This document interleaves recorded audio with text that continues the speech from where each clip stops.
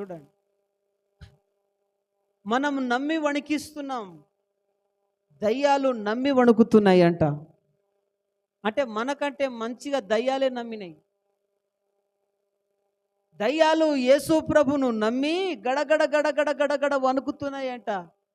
నీ నామం చెప్పిన చాలు సాతాను పారిపోవును.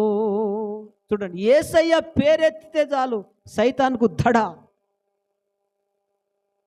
యేసు అనే పేరెత్తితే చాలు వాడు పారిపోతాడు. హల్లెలూయా. ఆయన నామం, ఆయనకు భయపడి దయ్యాలు ఆయనకు గడగడ గడగడ వణుకుతున్నాయంట.